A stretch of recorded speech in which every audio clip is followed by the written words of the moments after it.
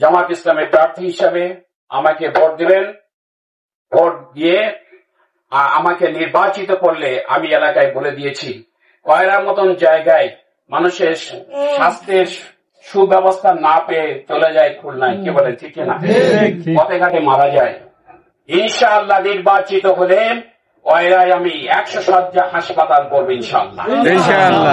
আমাদের প্রত্যেক বছর বেড়িভাত ভেঙে যায়, টাকা বরাদ্দ হয়, টাকা সূর্যের মুখ দেখে না, মানুষ ভোগান্তির পর ভোগান্তি হচ্ছে। ইনশাআল্লাহ নির্বাচিত হলে আমরা ইনশাআল্লাহ টেকসই বেড়িভাত নির্মাণ করব। আমাদের স্বপ্ন আছে খুলনা থেকে কয়রা পর্যন্ত একটা রেল লাইন হোক, কি বলেন ঠিক না? রেল লাইন স্থাপন করা হবে ইনশাআল্লাহ। পরিষ্কার বলে দিচ্ছি, কয়রা এবং পাইকাসা যে টোল আছে টোল মুক্ত করা হবে।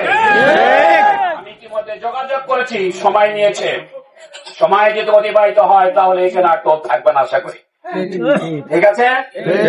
যত রাস্তাঘাট অবহেলা অবস্থা আছে, মানুষ দুর্ভোগ পাচ্ছে, সেই রাস্তাঘাট গুলো মেরামত করা হবে ইনশাআল্লাহ। 18 মাইল থেকে শুরু করে কয়রা পর্যন্ত বড় রাস্তা আনাকন্ত হয়ে গেছে। আমি একাধিকবার ঢাকায় কথা বলেছি, খুলনায় কথা বলেছি, স্থানীয়ভাবে কথা বলেছি, তারা অনেক গড়িমসি করছে। অনেক বলার পরে 15 লক্ষ টাকা বাজেট হচ্ছে, কিন্তু রাস্তাঘাট এখনো শুরু হয়নি।